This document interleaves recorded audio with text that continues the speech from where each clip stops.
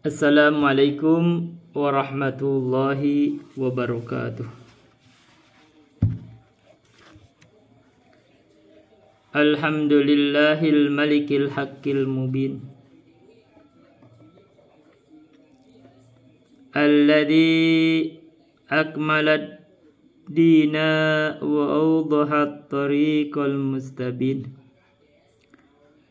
Wa asyhadu an la ilaha illallah wa asyhadu anna Muhammadan abduhu wa rasuluh sayyidul anbiya'i wal mursalin wa ala alihi wa sahbihi wa man tabi'ahum bi ihsanin ila yaumiddin, amma ba'd. Hadirin rahimani wa rahimakumullah, kita akan lanjutkan membahas kitab Al-Ghoyah wa Takrib karya Abu Syuja Ahmad bin Al-Husaini bin Ahmad Al-Asfahani. Kita sudah memasuki pembahasan tentang kitab muamalah, kitab Al-Bai' wal Muamalah. Sekarang masuk paslon, kita membahas tentang suluh atau perdamaian. Suluh wa huwa lugatan qat'ul munaza'ati. Secara lugat suluh itu artinya memutus perselisihan. Jadi perdamaian itu, jadi menghentikan perselisihan. Secara syar'a adalah aqdun yahsulu bihi qat'uha, suatu akad yang dengan akad tersebut terputuslah perselisihan. Itu suluh. Kata Syekh, wa yassihu sulhu mal iqrari fil amwali wa ma afdha ilaiha wa huwa nau'ani ibra'un wa mu'awadatun. Sah, suluh itu sah katanya mal ikrari fil amwali, disertai dengan ikrar di dalam harta.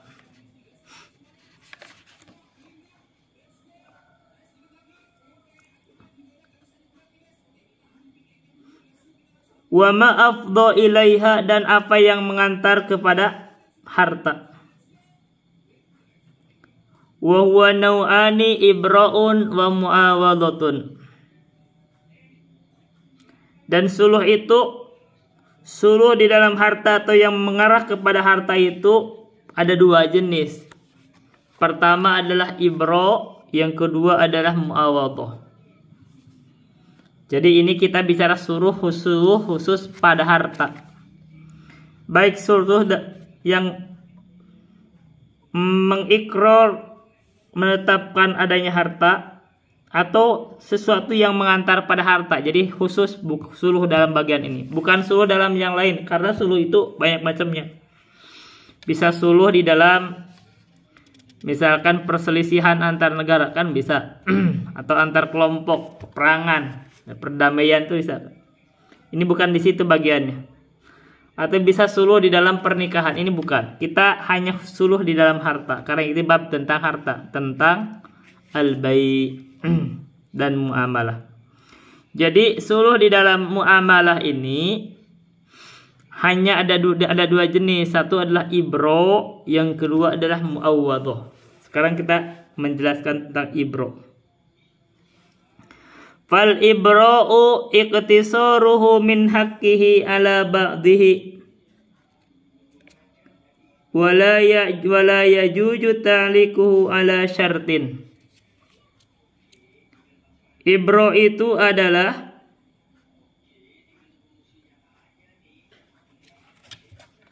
mengurangi dari haknya terhadap sebagiannya. Jadi mengurangi haknya atau membatasi haknya pada sebagian saja. Misalkan orang itu berselisih tentang masalah utang, pinjaman.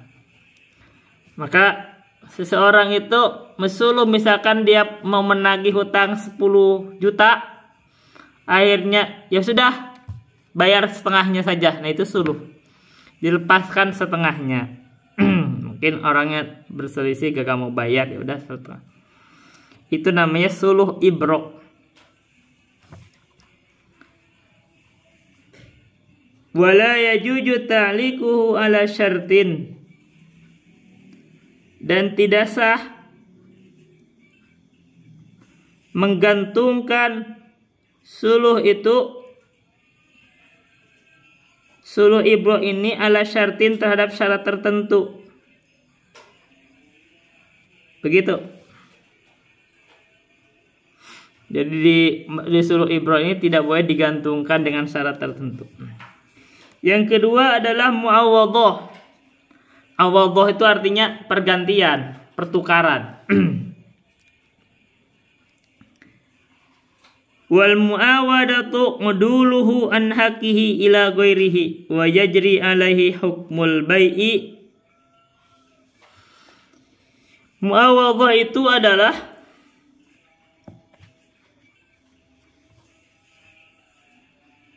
nguduluhu an haqihi ila ghairihi, memindahkan dari haknya itu terhadap yang lainnya.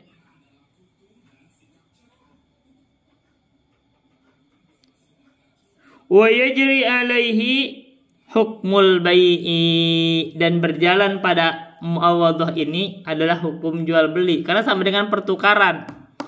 Misalkan seseorang itu kita itu punya tagihan sama seorang 10 juta.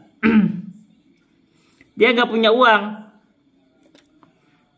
Maka ketika itu tagih gak punya uang dan dia punya barang. Barangnya ada laptop misalkan, laptop bagus 10 juta. Ya udahlah, saya bayar pakai laptop aja. Nah, itu namanya suluh. Suluhnya muawadhah, berlaku hukum jual beli. Sama dengan uang 10 juta ini kita belikan ke laptopnya dia, selesai gitu. Baik. Itu termasuk suluh, yaitu suluh muawadhah.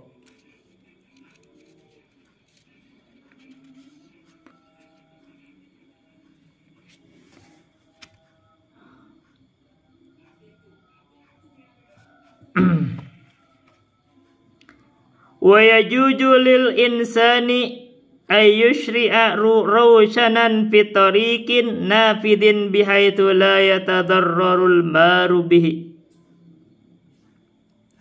Ada ketentuan lain. Boleh untuk seseorang itu ayyushrina rawshanan, membuat rawshan atau papan yang bersambung pada tembok. Jadi kalau kita nih punya rumah,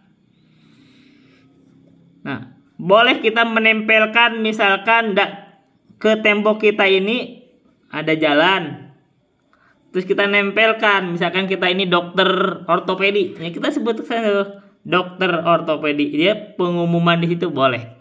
Atau misalkan kalau sebagian ustadz itu kadang boleh aja disampaikan, misalkan kalau dia ulama, saya ahli fikih, biar orang kamu nanya fikih nanya ke saya, bisa begitu. Biar orang gak nanya ke orang lain, katanya begitu pengumuman. Tapi intinya adalah itu pengumuman. Misalkan kita mau jual beli madu, misalkan tempelin di situ, itu boleh.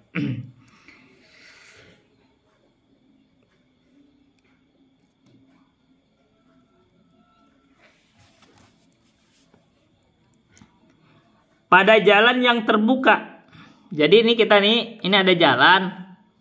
Misalkan kita tempel ke tembok, ada pengumuman, itu boleh saja sekedar memberitahu. Tapi sepanjang ada syaratnya, tidak memberi madorot. Ma bihaitsu la yatadarraru al-maru bihi. Sepanjang tidak dibahayakan, tidak ada bahaya bagi orang yang melalui jalan tersebut.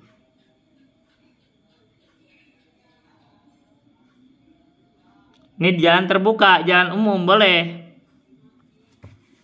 Jadi kalau jalan umum begitu boleh, orang lewat tulisan di situ ada papan nama ditempelkan ke tembok, dokter gigi boleh. Wala yajuju fi darbil musytariki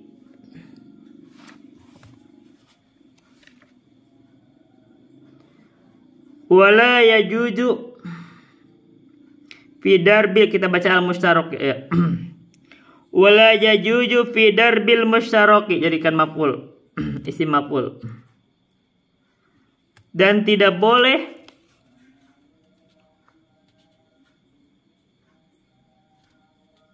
menempelkannya pada jalan yang milik berserikat, milik bersama.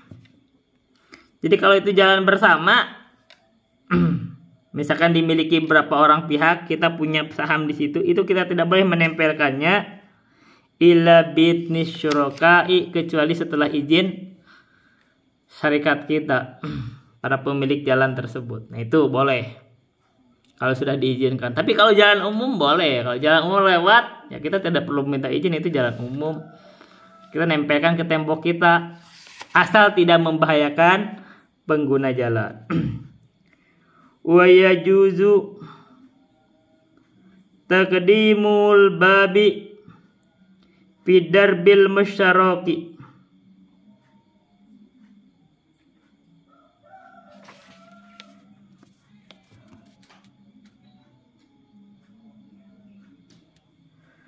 Boleh mendahulukan pintu pada jalan milik bersama.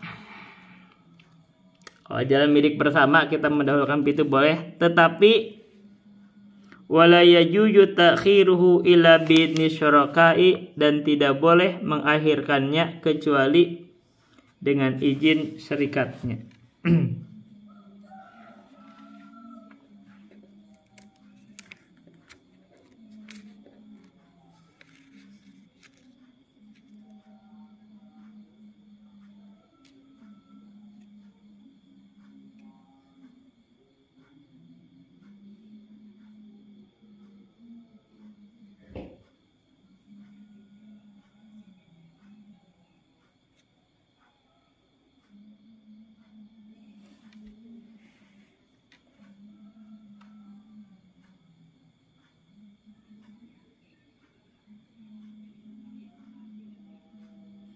Katanya fahaitsu mana'uhu,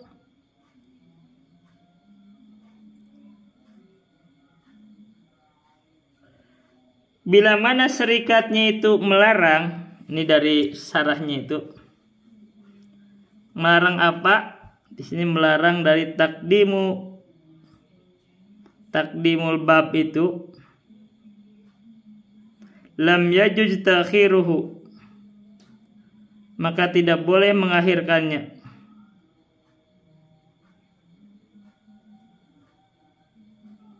Wahai semuni'a minat takhiri fasalihu syurakai darbi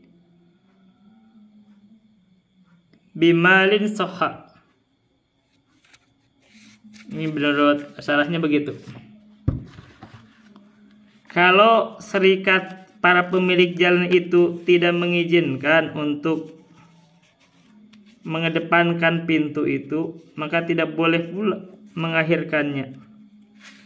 Bila mana mengakhirkan pintu itu dilarang, fasalihu syurakaid darbi bimalin soha.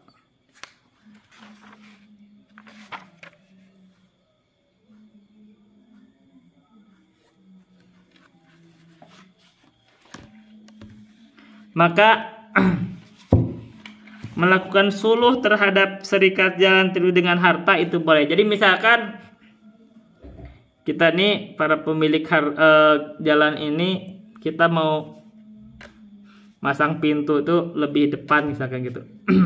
Tidak diizinkan, di belakang gak izin. Nah itu boleh disuluh dengan harta. Misalkan ini mungkin perlu mungkin semacam ada nama itu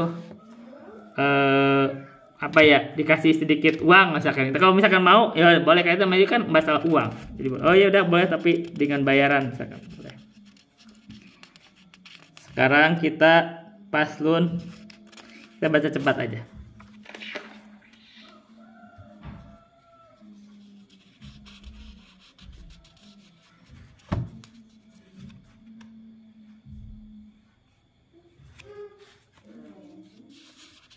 Faslun, kita akan membahas tentang al-hawalah.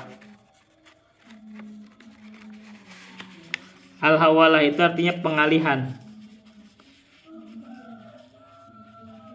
Jadi kalau orang misalkan punya piutang atau punya piutang terus dialihkan, nah itu boleh. Itu apa ya? Kalau di dalam itu namanya factoring, menjual piutang. Nah itu boleh tuh. Di kita kan namanya factoring kan.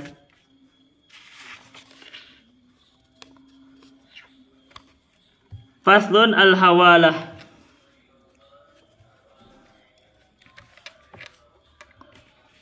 Jadi bacanya al-hawalah fathah ha. Katanya dihikayatkan boleh juga dibaca kasroh hiwalah. Wahia lugotan at-tahwil. Ay al-intiqal. Jadi secara lugot hiwalah itu artinya mengalihkan. At-tahwil itu sama dengan intiqal, memindahkan. Wa syar'an, secara syariat Islam, hukum Islam itulah naqlul haqqi min dimatil muhili ila dimatil muhali alaihi. Jadi ada muhil, ada muhal alaihi. Jadi memindahkan hak dari min dimmatil muhili, dari dimmahnya muhil. Muhil itu yang memberikan pengalihan hak itu. Ila dimmatil muhali alaihi, terhadap yang diberikan pengalihan. Wa syaraitul hawalati arba'atun. Syarat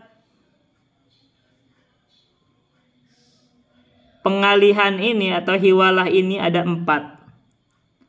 Pertama adalah ridhol muhili, ridho orang yang mengalihkan.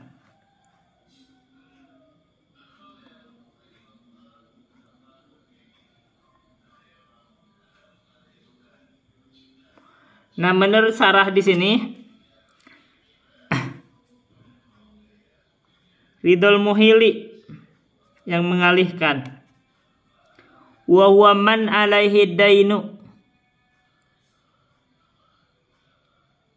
lal muhalu alaihi fa innahu la yusyaratu ridahu fil asahhi.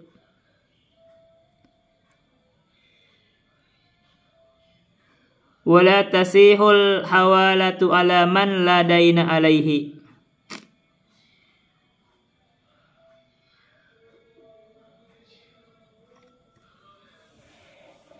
Ini kalau di sini, kalau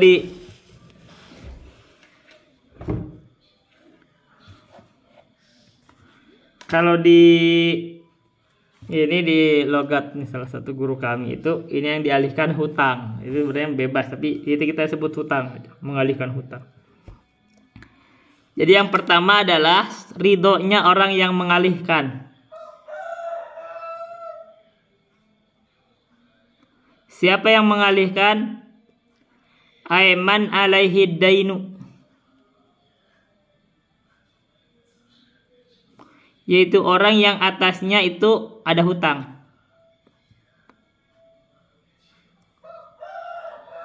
Lal muhalu alaihi,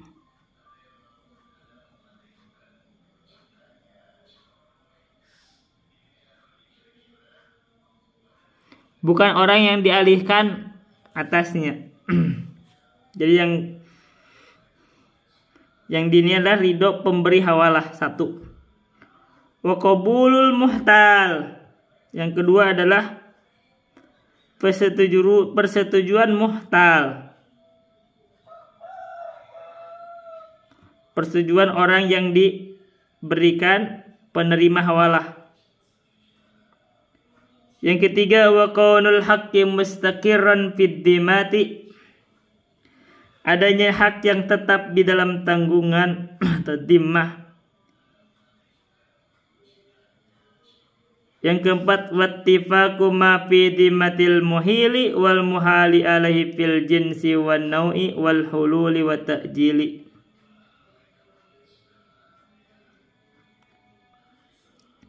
Yang keempat adalah kesamaan tanggung jawab pada dhimmatul muhil, tanggung jawabnya muhil,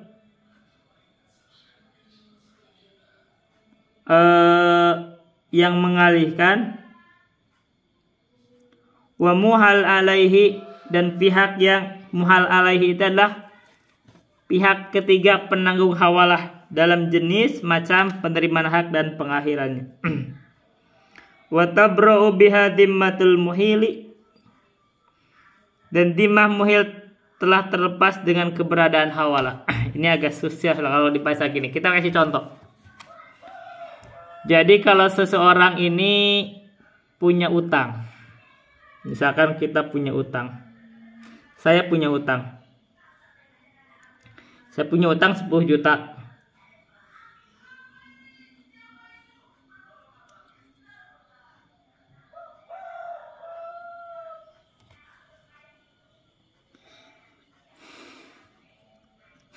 Saya punya utang 10 juta.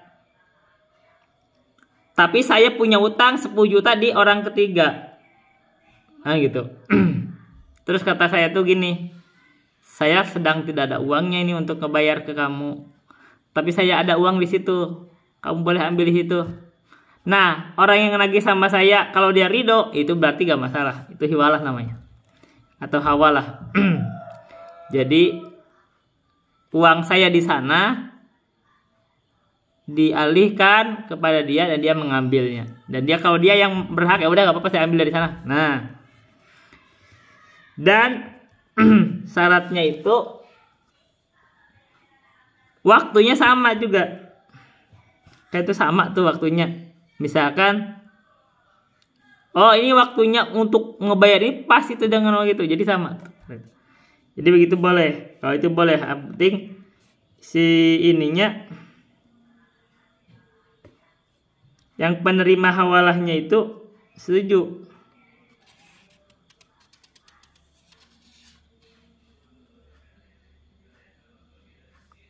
Dia yang punya utang, yang ngutangin sama saya itu setuju, ya udah gak apa-apa, saya dari situ ambil, gitu, gak masalah.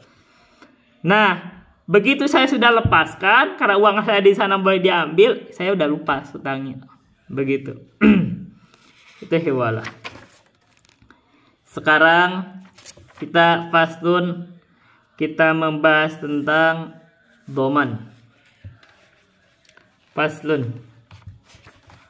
Apa doman? Doman itu adanya ya tanggung jawab. Doman.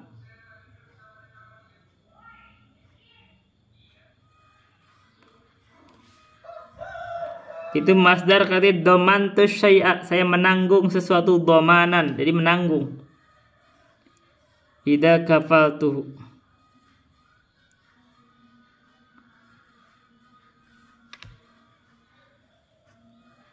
Wa syar'an ala secara syarat adalah iltizamu ma fi dhimmatil ghairi minal mali.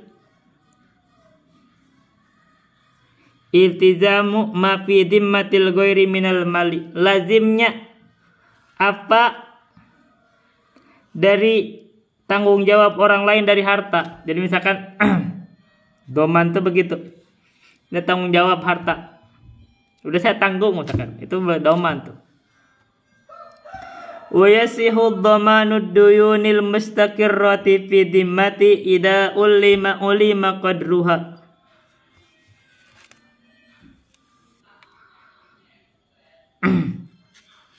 Doman itu yang penanggung. Dan sah, atau doman itu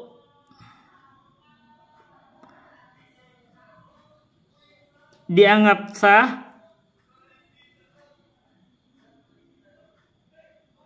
atau doman terhadap utang-utang yang telah tetap pada dhimmah dianggap sah jika kadarnya diketahui. Jadi oyasihu dhamanu duyunil mustaqirrati.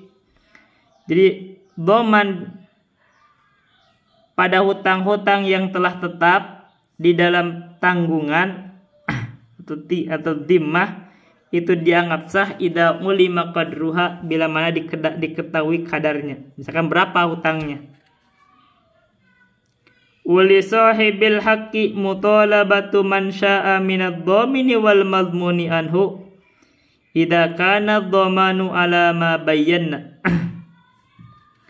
Pemilik hak boleh menuntut siapa saja yang dia kehendaki, baik domin, penanggung utang, penjamin ya. Doman itu adalah doman itu jaminan. Jadi domin penanggung, ada penjamin. Maupun madmun anhu atau pihak yang dijamin.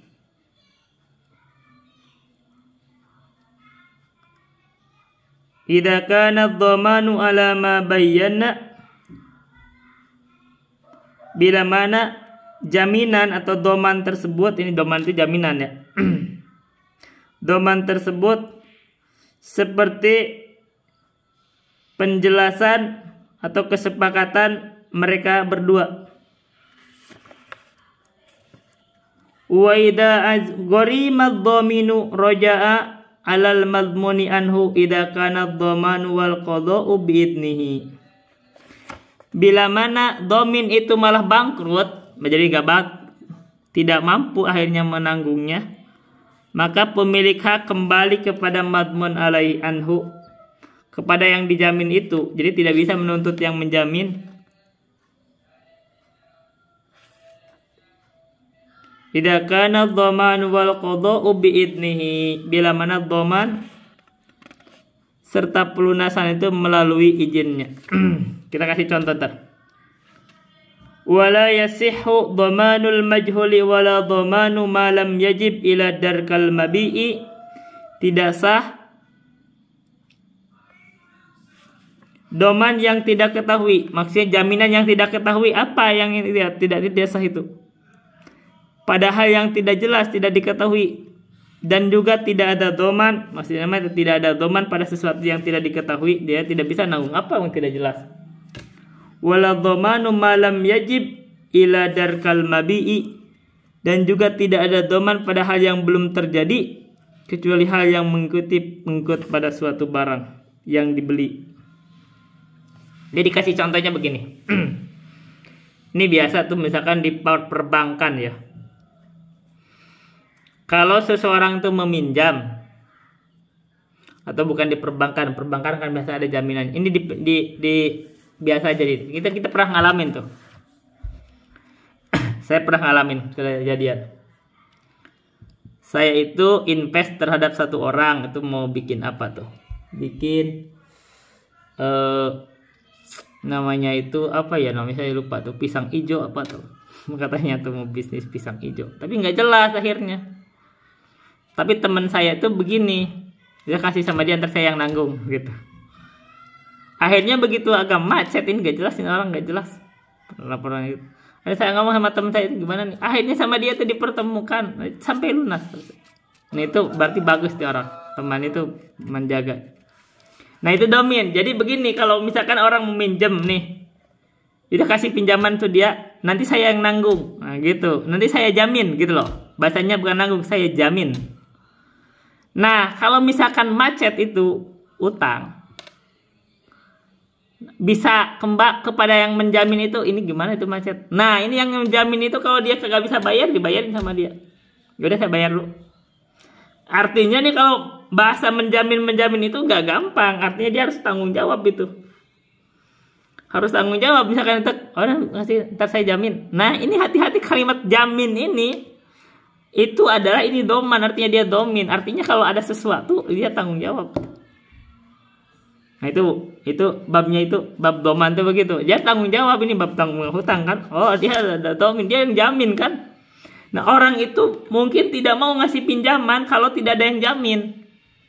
Sekarang kalau misalkan bank ini zaman sekarang ini, bank itu mau ngasih pinjaman ke perusahaan, itu kurang ajar juga bank sebenarnya. Kurang ajarnya dari sudut pandang dia minta personal garanti. Nah, dari pemiliknya. Ini kalau ada personal garanti dari pemiliknya, Begitu perusahaan itu tidak bisa bayar, itu pemiliknya harus bayar itu. Padahal kalau secara hukum, perseroan terbatas itu namanya terbatas. Hutang itu, tanggung jawab itu terbatas pada saham yang dimiliki. Begitu ada personal garanti, ada jaminan personal dari orang pemilik utang, pemilik perusahaan misal, maka dia begitu kerugian perusahaan tidak bisa bayar itu bukan hanya kehilangan perusahaan, dia kehilangan rumah dan aset-aset pribadi yang tidak masuk di perusahaan. Itu personal garanti. Dan ini sebenarnya pinternya bank, dan akhirnya kadang-kadang ya tetap aja mana fungsinya PT akhirnya nggak jelas. PT itu perseroan terbatas.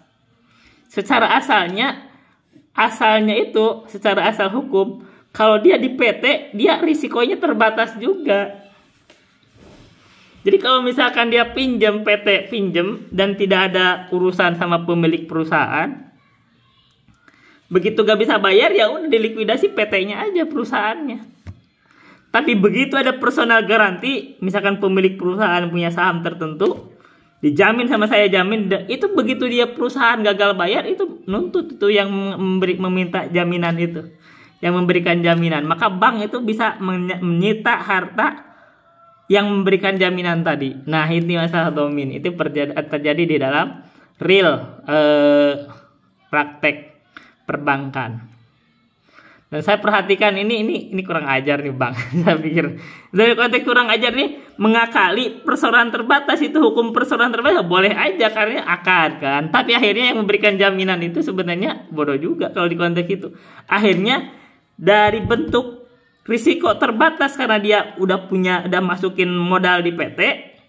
Kalau PT terjadi kebangkrutan, dia bisa ikut bangkrut lagi. Nah, itu masalahnya. Jadi akhirnya bodoh juga di konteks itu.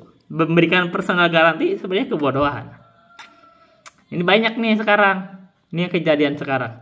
Sritek itu saya perhatikan itu banyak tuh personal garanti. Ada banyak itu. Saya perhatikan ya.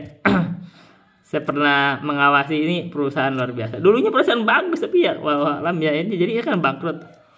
Nah, begitu ada hutang kalau ada personal garanti itu bisa kena itu yang memberikan jaminan itu. Jadi bangkrut akhirnya. Baik, itu adalah praktek sudah ada di dalam doman. Kita masuk kepada faslun. Kita masuk tentang kafalah. Kafalah.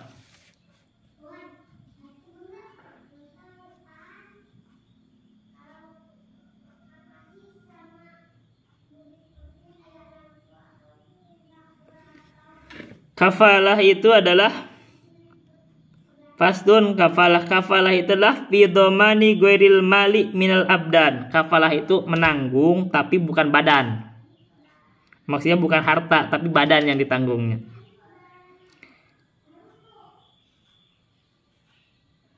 Wal kafalatu bil badani jaizatun idza kana alal makfuli bihi ay bi badanihi haqqun li adami. Jadi kafalah itu penanggung juga, itu bentuk doman. Tapi kalau doman tadi bentuknya nanggung harta, ini adalah menanggung badan. Kafalah itu adalah boleh bila mana orang yang ditanggung tersebut namanya al-makfulu bihi. Tanggung badannya itu ada hakun li adamiyin. Dia ada hak atas adam. Misalkan dia itu habis membunuh, maka bisa dikisos. Atau habis menuduh. Makanya keluar dari hak adami itu katanya di syarahnya itulah hakullah. Maka tidak sah kafalah terhadap badan bila mana dia itu punya hak Allah. Hak Allah itu seperti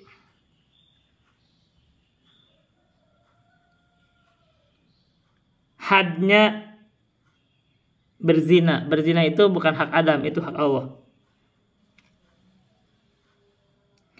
Dan ini kita baca ini ininya syarahnya. Dan terlepaslah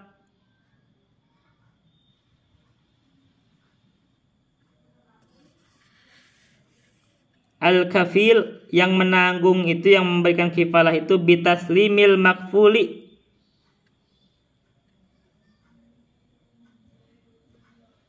dengan menyerahkan al-makful yang ditanggung itu dengan badannya, fi makani taslimi, di tempat penyerahan.